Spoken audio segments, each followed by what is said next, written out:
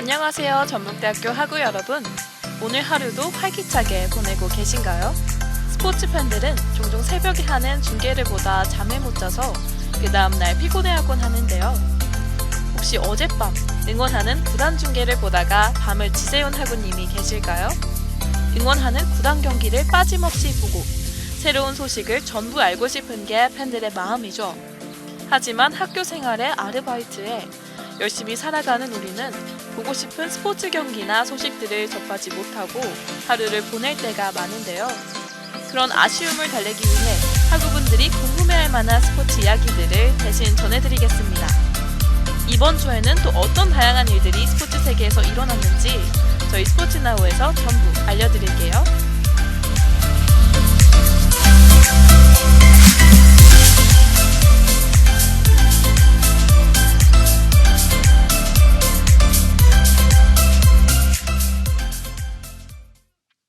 네, 안녕하세요. 전북대학교 학우 여러분. 저는 여러분의 모든 스포츠 궁금증을 해소해드릴 스포츠나우의 진행을 맡은 전북대학교 방송국 함영진입니다. 9월 25일 마지막 방송 이후 약 2달 만에 다시 돌아왔는데요. 그동안 중간고사부터 선거까지 학교에 크고 작은 다양한 일들이 많이 있었습니다. 다들 무탈히 잘 보내셨나요? 벌써 11월 중반에 들어서서 얼마 전 첫눈도 오고 이제 슬슬 겨울이 우리에게 다가오는 것 같습니다.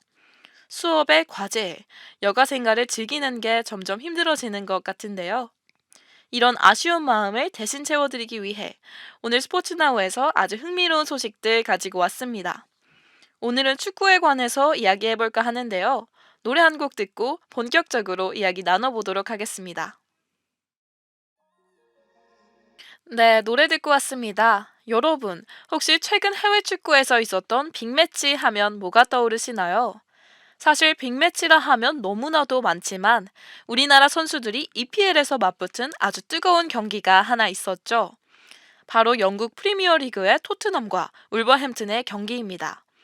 11일 오후 9시 30분 영국 울버햄튼 몰리뉴 스타디움에서 열린 2023-2024 시즌 잉글랜드 프리미어리그 12라운드 원정 경기에서 토트넘이 울버햄튼에 1대2로 패했는데요.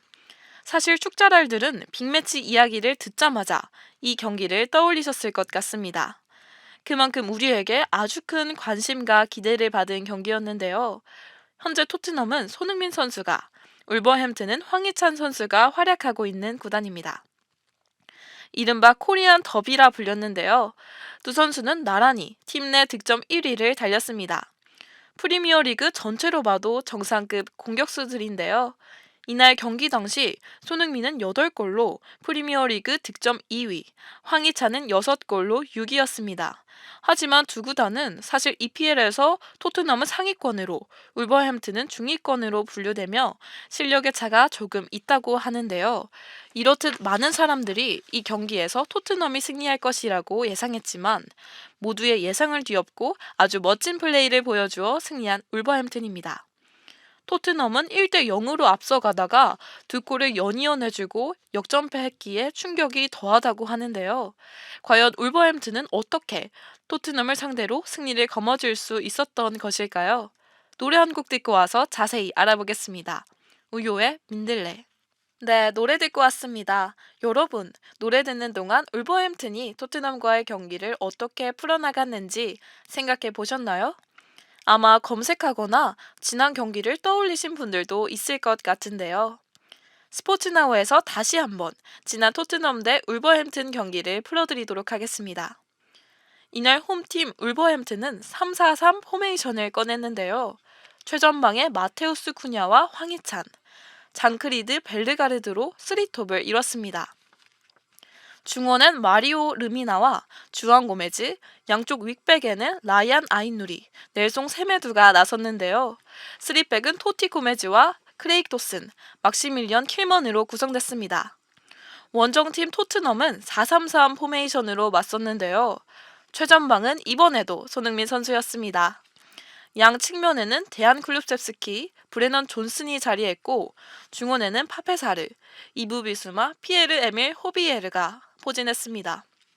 포백은 에르메송 로얄, 벤 데이비스, 에릭 다이어, 페드로 포로가 출전했는데요. 경기 시작 후 분위기는 먼저 토트넘이 잡았습니다. 시작 휘슬이 풀리고 3분도 안 돼서 선제골을 넣었는데요. 대한 쿨루셉스키가 앞에 있는 수비수를 속이는 뒷발 백패스로 포로에게 공을 건넸습니다. 포르는 반대편에서 골문으로 들어가는 존슨을 정확히 보고 크로스를 올려 존슨이 실수 없이 마무리하며 토트넘이 1대 0으로 리드했는데요. 이후에도 토트넘은 울버햄튼을 전방에서부터 압박하며 추가골을 노렸습니다. 반면 울버햄튼은 전반 8분이 되어서야 첫 슈팅이 나왔는데요.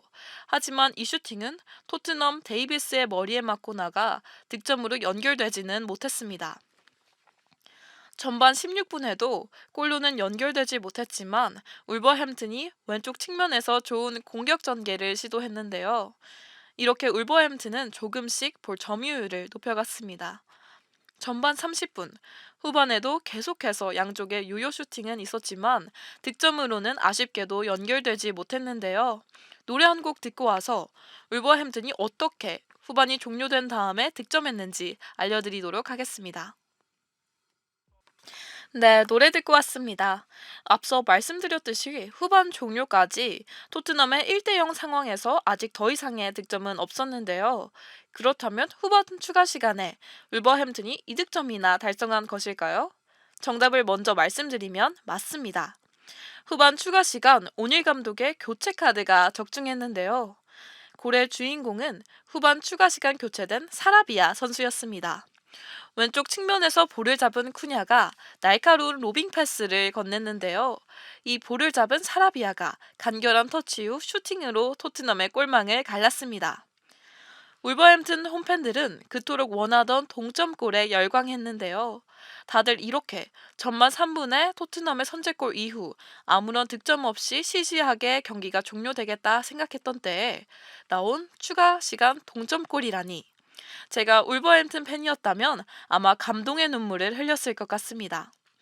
이어 극적인 역전골도 나왔는데요. 후반 추가 시간 7분이 전부 지난 마지막 찬스에서 울버햄튼은 계속 역습을 시도했고 오른쪽 측면에서 볼을 받은 사라비아가 침투하는 르미나에게 연결했습니다. 르미나는 오프사이드 트랩을 절묘하게 피하고 슈팅까지 가져가며 토트넘의 골망을 갈랐는데요. 몰리뉴 스타디움은 울버햄튼 홈팬들의 함성으로 가득했다고 합니다. 이렇게 2대1로 승리로 토트넘이 이길 것이라는 후반의 기록 그대로 종료될 것이라는 모두의 기대를 뒤엎고 승리한 영국 프리미어리그의 울버햄튼이었습니다. 반면 이날 경기에 패배한 토트넘은 2연패를 거두며 프리미어리그 선두 탈환에 실패했는데요. 이른 시간 선제골을 넣고도 경기를 잘 풀어나가지 못한 점이 너무나 아쉽습니다. 최전방 공격수 손흥민이 동료들의 지원을 받지 못해서 이렇게 안타깝게 경기를 풀어나간 것 같은데요. 평소보다 더 아래로 내려가며 직접 패스를 받으러 가는 장면이 자주 보였던 토트넘에게는 아주 아쉬운 경기였습니다. 노래 한 곡 듣고 올게요. 아이유의 스트로베리 문.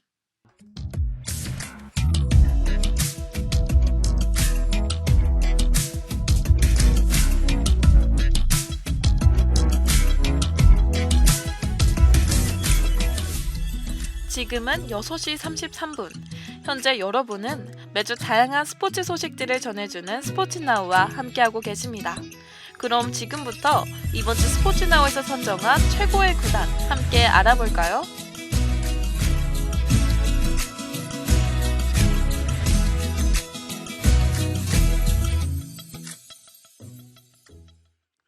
여러분, 오랜만에 돌아온 이번 주 스포츠나우에서 선정한 최고의 구단 코너입니다.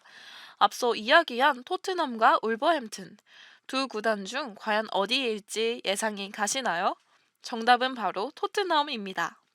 현재 EPL 4위에 자리하고 있는 토트넘은 손흥민을 필두로 많은 훌륭한 선수들이 함께하고 있죠. 영국 잉글랜드의 프리미어리그 소속 프로 축구단으로 연고지는 런던, 홈구장은 토트넘 호스퍼 스타디움입니다. 애칭은 스퍼스로 1882년 창단되어 토트넘에 소재하고 있는 화이트 하트 레인을 2017년 5월 14일까지 홈 구장으로 사용했다고 하는데요. 이후 2019년 4월 3일부터 같은 자리에 세워진 토트넘 호스퍼 스타디움을 새로운 홈구장으로 사용하고 있습니다. 프리미어리그 최고 성적은 2016-17 시즌 2위, 챔피언스리그 최고 성적은 2018-19 시즌의 준우승이며 유로파리그 초대 우승팀인데요. 또한 프리미어리그 득점왕을 최다 배출한 클럽입니다. 하지만 아직 EPL 우승은 하지 못해 1위에 대한 갈증이 조금 있는 구단인데요. 올해 케인 이적 이후 이번 시즌도 우승컵은 물 건너갔다는 실망감을 안겼습니다. 하지만 손흥민의 뛰어난 활약으로 다시금 팬들을 기대하게 만들었는데요. 최근 토트넘은 이탈자들이 많다고 합니다. 마운트, 판더펜이 직전 첼시와 경기에서 부상을 입었기 때문인데요. 모두 당분간 뛸 수 없을 정도의 데미지라 이번에도 우승컵은 어려울 것으로 전망됩니다. 손흥민 선수가 원톱 체제로 자리를 잡고 있는 중요한 시기에 주요 선수들이 대거 부상을 당해 경기를 못 뛰는 것이 너무나도 안타까운데요. 토트넘의 엠블럼은 싸움닭이 축구공 위에 올라가 있는 형태를 하고 있습니다. 이 엠블럼 다들 익숙하실 거라고 생각합니다. 클럽의 모토는 영어로는 To dare is to do, 한국어로는 용감한 것은 도전하는 것이다 라는 뜻입니다. 엠블럼부터 모토까지 토트넘의 뛰어난 도전 정신이 눈에 띄는데요. 이번 시즌도 팀의 모토처럼 도전 정신을 발휘하여 좋은 성적을 낼 수 있을지 궁금합니다. 노래 한 곡 듣고 와서 이번 주 스포츠나우 마무리할게요.